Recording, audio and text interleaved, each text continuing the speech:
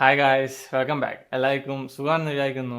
So ഇന്നലെ ഒരു സംഭവം ഉണ്ടായി. എന്താണെന്ന് വെച്ചാൽ ഞാൻ ഇന്നലെ പണിയൊക്കെ കുറച്ച് അധികം ആയതുകൊണ്ട് ഓഫീസിൽ നിന്ന് ഇറങ്ങാൻ കുറച്ച് വൈകി. പുറത്തിറങ്ങുമ്പോഴത്തേക്കാണെങ്കിൽ ഒടുക്കത്തെ മഴയും ലൈക്ക് ഹെവി റെയിൻ. പിന്നെ അതൊന്നും സാരില്ല എന്ന് വെച്ചിട്ട് ഞാൻ റെയിൻകോട്ടൊക്കെ ഇട്ട് വണ്ടി ഓടിക്കാൻ തുടങ്ങി.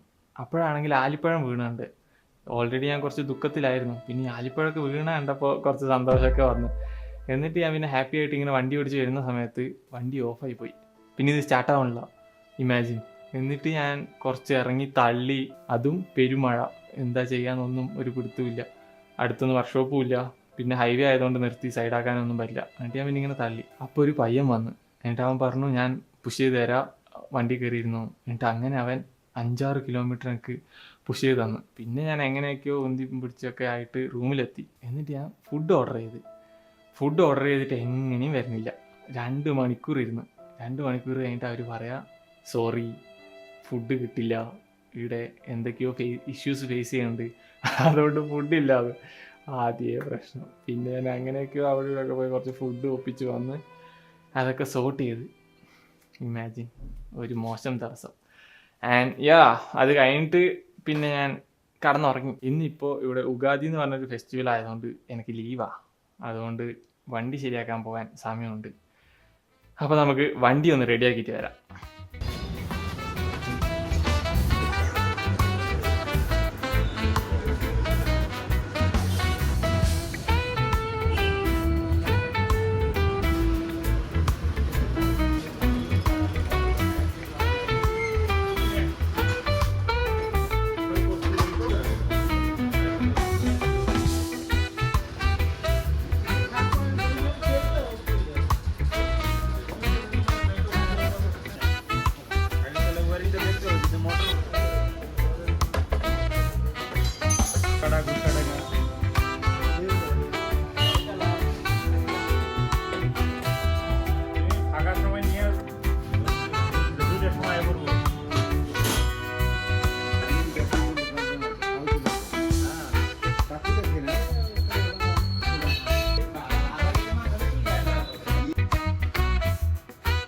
വണ്ടി ശരിയാക്കിയിട്ട് തിരിച്ചു പോകുന്ന സമയത്ത് അത് ആദ്യം ഓഫായി. എന്നിട്ട് അവന് തിരിച്ചു കൊണ്ടുവന്ന് ആദ്യം കാണിച്ചു. അപ്പോൾ അയാൾ പറഞ്ഞു എൻ്റെ ഒരു പാർട്ട് കൂടി റീപ്ലേസ് ചെയ്യണം, അതിൻ്റെ സ്റ്റോക്ക് ഇപ്പം ഇല്ല, പക്ഷേ തൽക്കാലത്തേക്ക് റെഡിയാക്കി തരാമെന്ന്.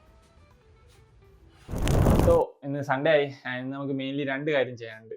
ഒന്ന് ലോണ്ടറിക്ക് കൊടുക്കണം, ആൻഡ് നമുക്ക് വണ്ടി ഒന്ന് ശരിയാക്കണം. സോ നമുക്ക് ആദ്യം ലോണ്ടറിക്ക് കൊടുത്തിട്ട് വരാം.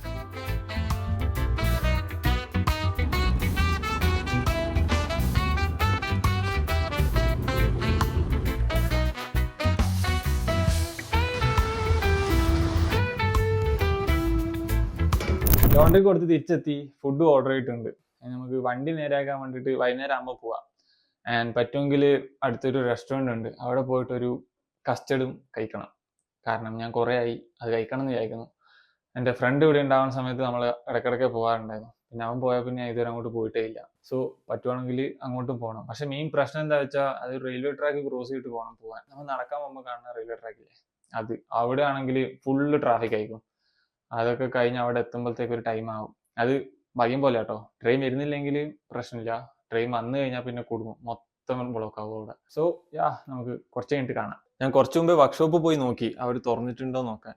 അപ്പോൾ അവർ തുറന്നിട്ടില്ല. ഇന്ന് സൺഡേ ആയതുകൊണ്ടാണെന്നോ എന്താ അറിയില്ല. സോ ഏതായാലും നമുക്ക് അപ്പുറം പോയി കസ്റ്റർഡ് കഴിച്ചിട്ട് വരാം.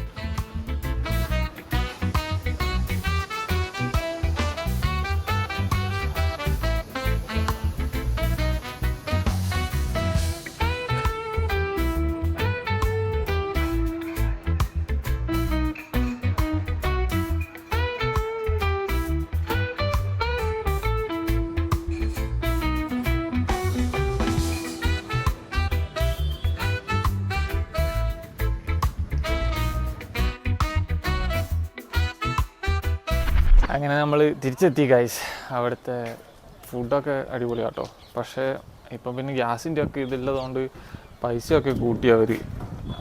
ഇതിന് മുമ്പ് ഇത്ര പൈസ ഉണ്ടായിരുന്നില്ല, ഇപ്പം പൈസ കൂട്ടി.